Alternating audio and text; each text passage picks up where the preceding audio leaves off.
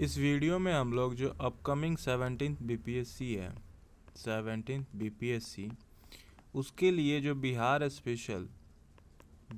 Special के जितने भी टॉपिक्स हैं उन टॉपिकों को हम लोग क्या करेंगे, एमसीक्यू के जरिए देखेंगे।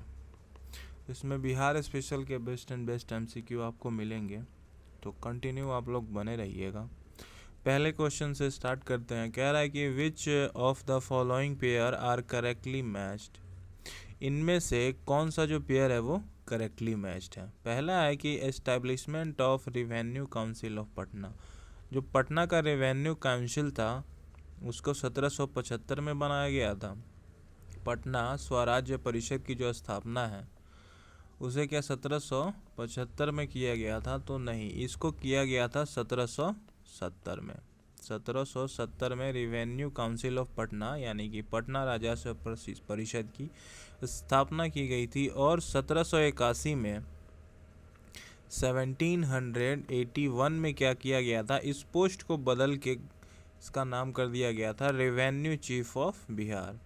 रेवेन्यू चीफ ऑफ बिहार के नाम से इस पोस्ट को बदल दिया गया था 1781 में।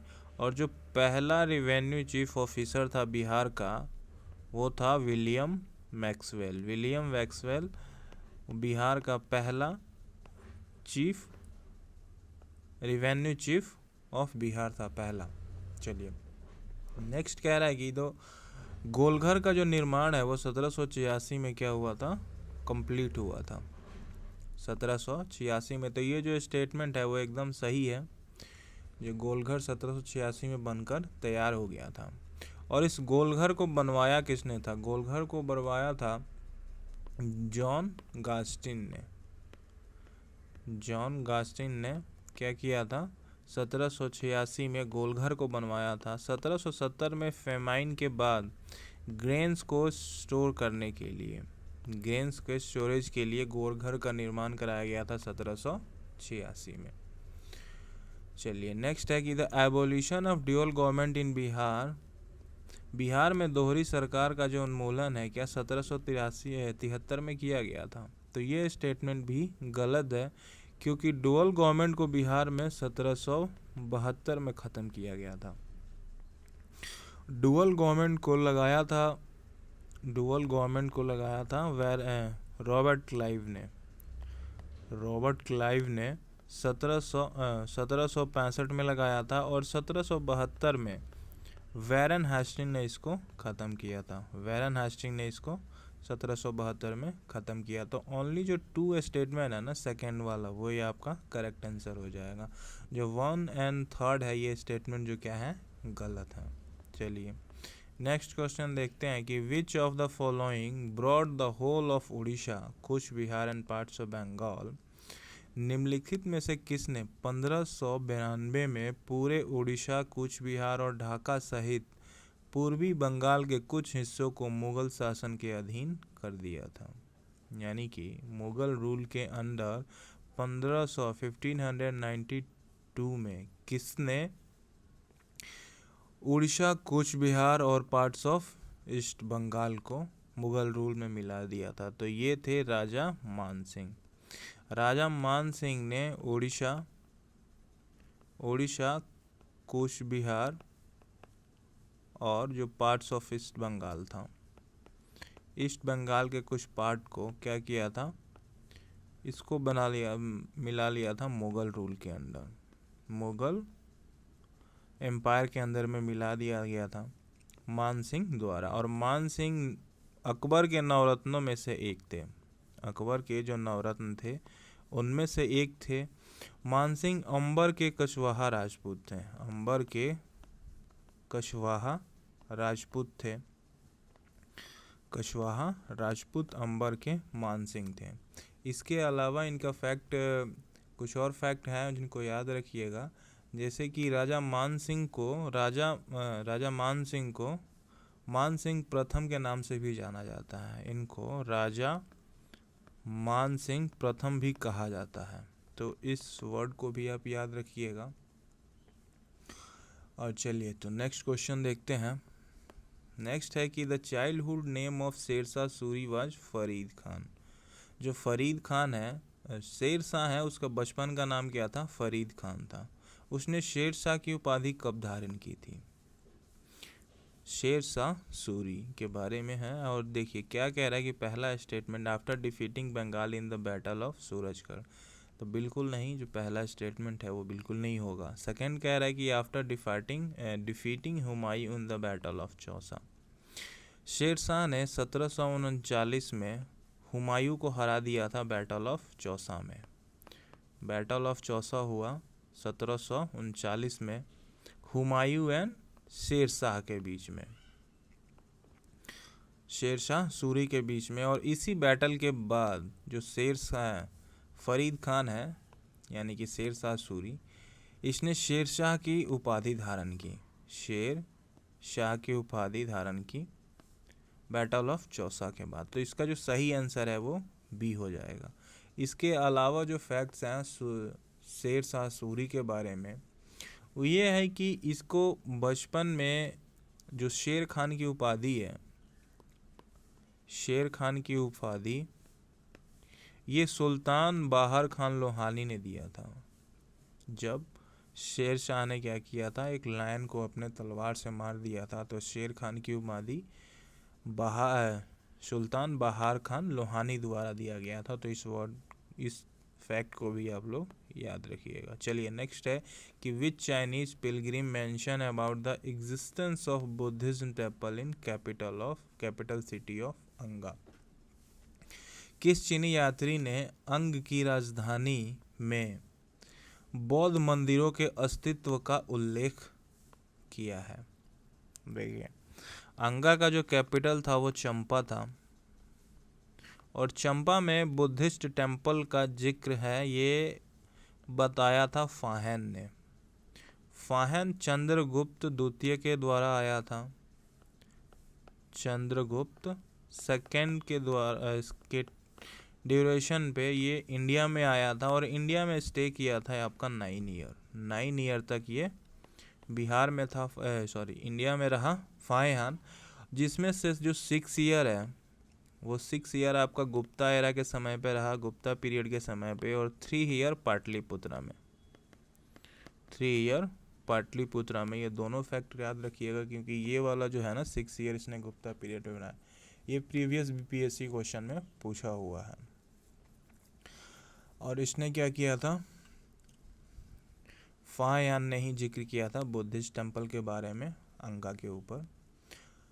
अब चलिए इसके बाद देखते हैं, ये जो अंगा है 16 जो महाजनपद थे उनमें से एक है, जो महाजनपद थे 16 उनमें से एक है अंगा। इसकी राजधानी है चंपा।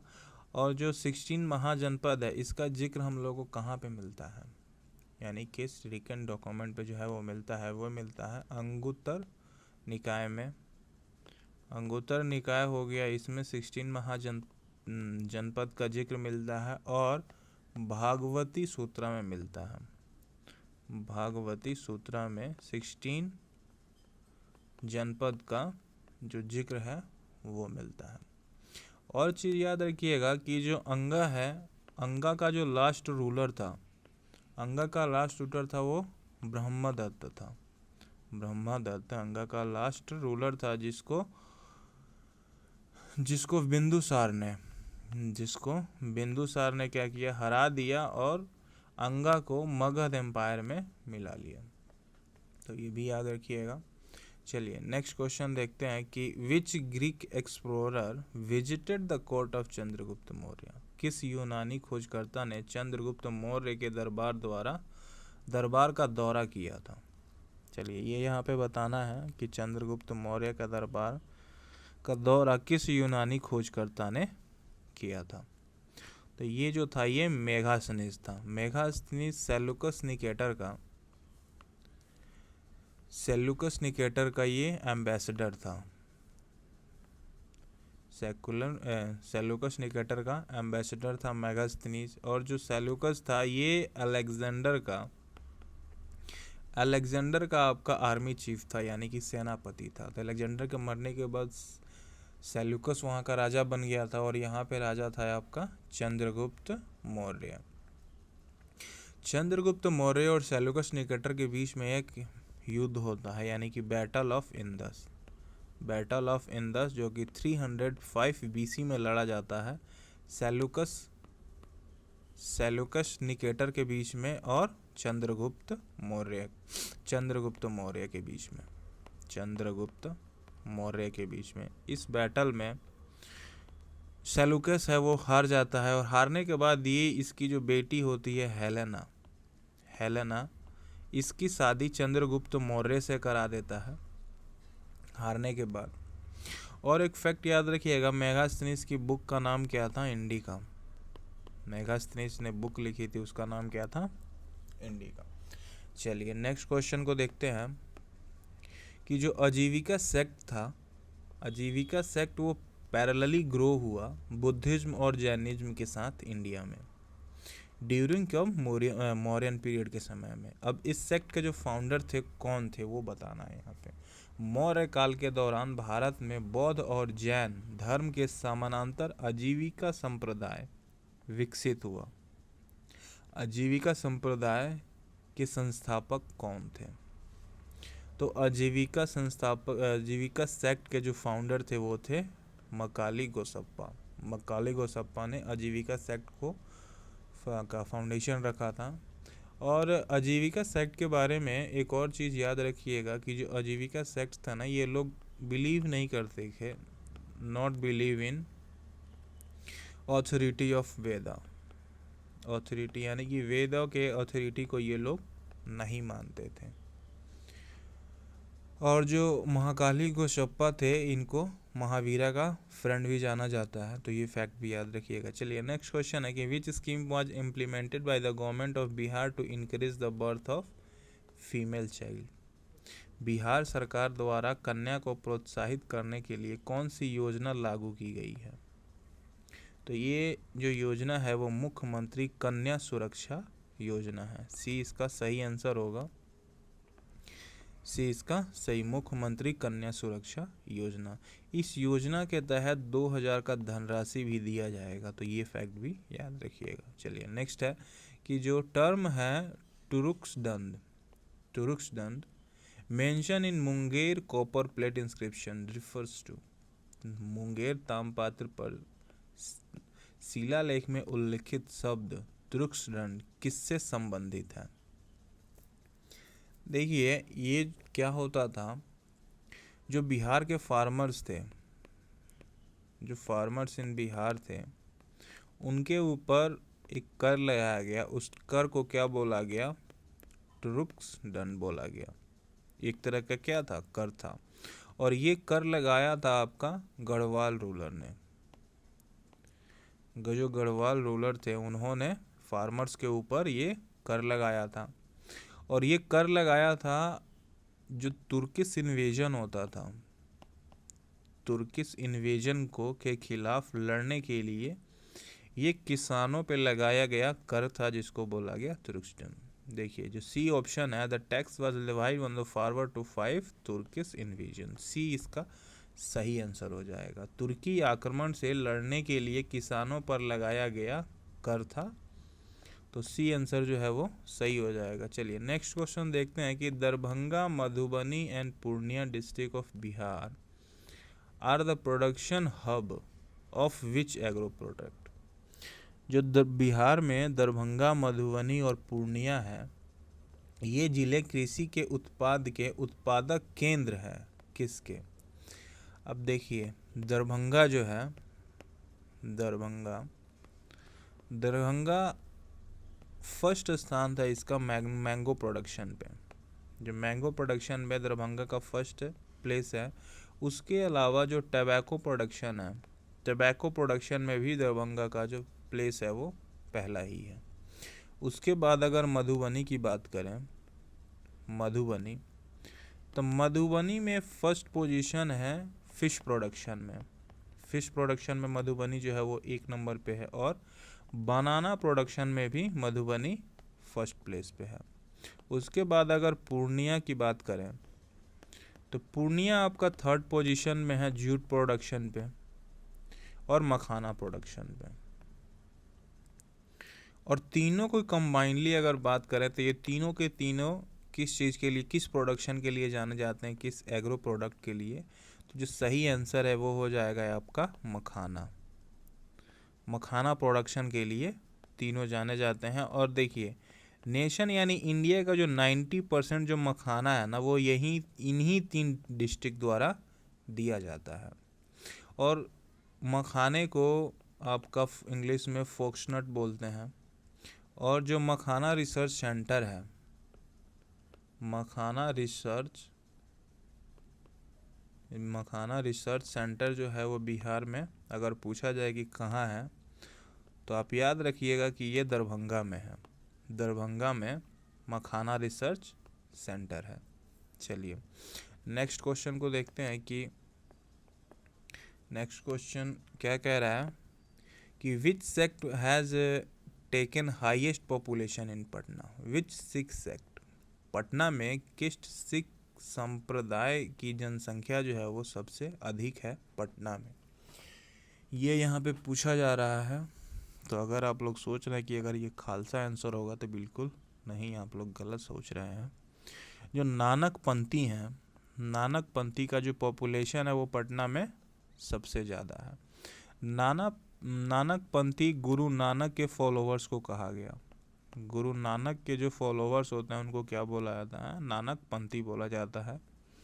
ये सिखों गुरु के सबसे फर्स्ट जो गुरु थे वो गुरु नानक थे। तो इसे याद रखिएगा, जो हाईएस्ट पॉपुलेशन है पटना में सिख सेक्ट का वो किसका है, नानक पंथी का। चलिए नेक्स्ट क्वेश्चन है कि who among the following was an education minister who implemented major educational reform. निम्नलिखित में से कौन शिक्षा मंत्री थे जिन्होंने बिहार के शिक्षा संरचना को सुव्यवस्थित करने के लिए प्रमुख शैक्षिक सुधार लागू किए थे।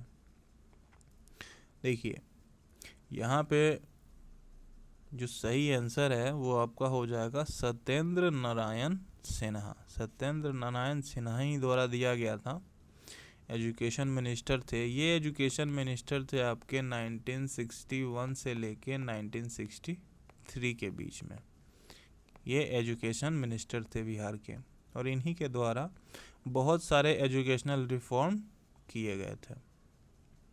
तो इस चीज़ को आप लोग याद रखिएगा। चलिए नेक्स्ट है कि the sculpture Dhiman and his son Bitpala of Pala era. Pala युग के मूर्तिमान यानी कि मूर्तिकार धीमन और उनका जो पुत्र था भितफाल, ये किस स्थान से थे। तो ये जो थे वो नालंदा से बिलोंग करते थे। कहाँ से, नालंदा से बिलोंग करते थे। अब पाला डायनेस्टी के बारे में अगर बात किया जाए तो पाला का जो फाउंडेशन था वो किसने रखा था, गोपाला ने रखा था। और गोपाला ने ही ओदांतापुरी यूनिवर्सिटी बनाया था। ओदांतापुरी यूनिवर्सिटी को गोपाला ने बनाया। और इसके अलावा ओदांतापुरी महाविहार की भी जो स्थापना थी वो किसने रखा था, गोपाला ने ही किया था। गोपाला के बाद जो सबसे मोस्ट इम्पोर्टेंट रूलर है पाला डायनेस्टी के वो हैं धर्मपाल।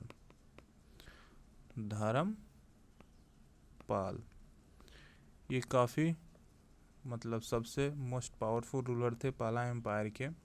धर्मपाल ने क्या किया था, विक्रमशिला यूनिवर्सिटी का फाउंडेशन रखा था। यानी कि विक्रमशिला यूनिवर्सिटी अगर पूछा जाए किसने बनाया था तो वो धर्मपाल ने बनाया था। और इसके अलावा सोमपुरा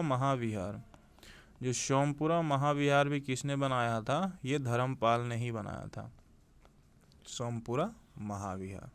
तो ये दोनों के दोनों जो फैक्ट है वो आप लोग याद रखिएगा। चलिए नेक्स्ट है कि in which city of Bihar the research institute of Prakrit and Jainology is situated. Prakrit एवं जैन विज्ञान अनुसंधान का संस्थान जो है, अनुसंधान संस्थान बिहार के किस स्थान में स्थित है। ये आपका मुंगेर डिस्ट्रिक्ट में है। कहाँ पे है ये, ये पटना में है, मुंगेर नहीं। कहाँ पे है ये, जो research institute of Prakrit Jainology, ये कहाँ पे सिचुएटेड है, पटना में, ये याद रखिएगा। चलिए नेक्स्ट क्वेश्चन है कि विच डिस्ट्रिक्ट ऑफ बिहार का कौन सा जिला अफीम की सबसे बड़ी मतलब खेती के लिए जाना जाता है? बिहार का कौन सा जिला अफीम की सबसे बड़ी खेती करता है? Which district of Bihar is the largest cultivator of opium? तो इसका जो आपका सही आंसर है वो हो जाएगा मुंगेर। मुंगेर में ही ओपियम की सबसे ज़्यादा खेती की जाती है। अब मुंगेर के बारे में कुछ फैक्ट्स अगर देखें तो मुंगेर को सबसे पहले मतलब कैपिटल किसने बनाया था? मीर कासिम ने। ये याद रखिएगा कि मीर कासिम ने मुंगेर को अपना कैपिटल बनाया था।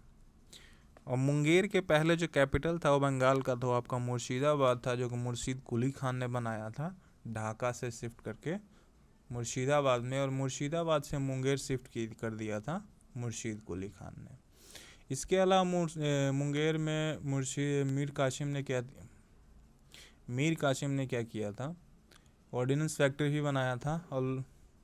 और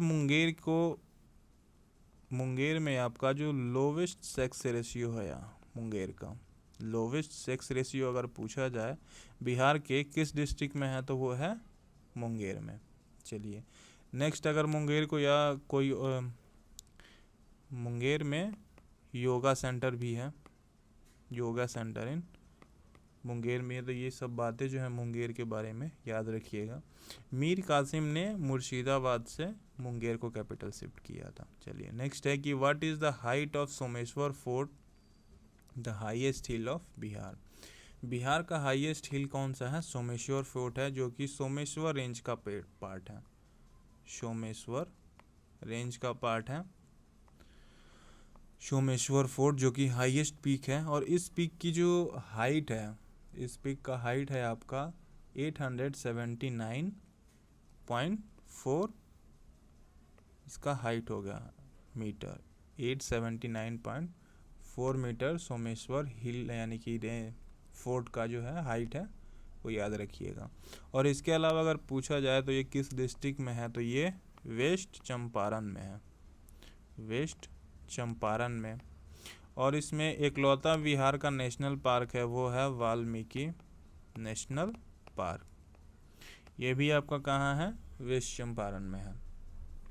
और इसी हिल्स के दोनों साइड से आपका गंडक रिवर निकलता है, और गंडक रिवर को नेपाल में क्या बोला जाता है? नारायणी बोला जाता है।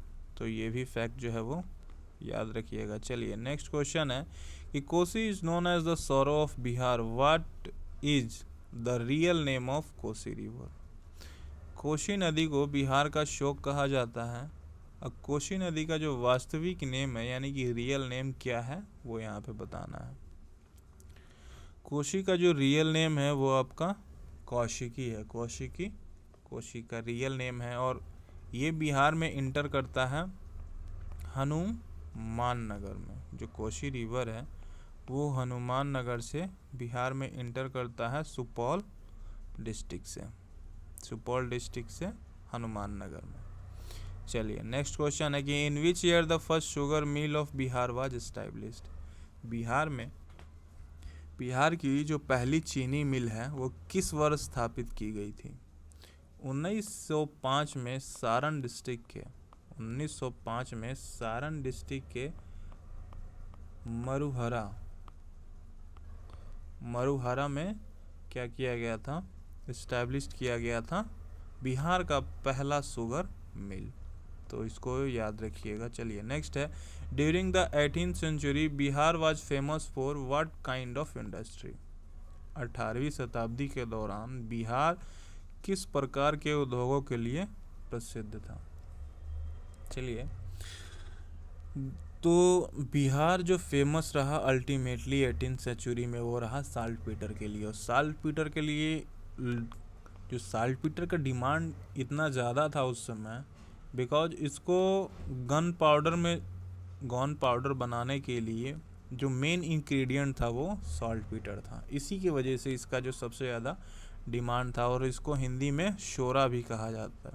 हिंदी में क्या कहा जाता है? इसको शोरा कहा जाता है।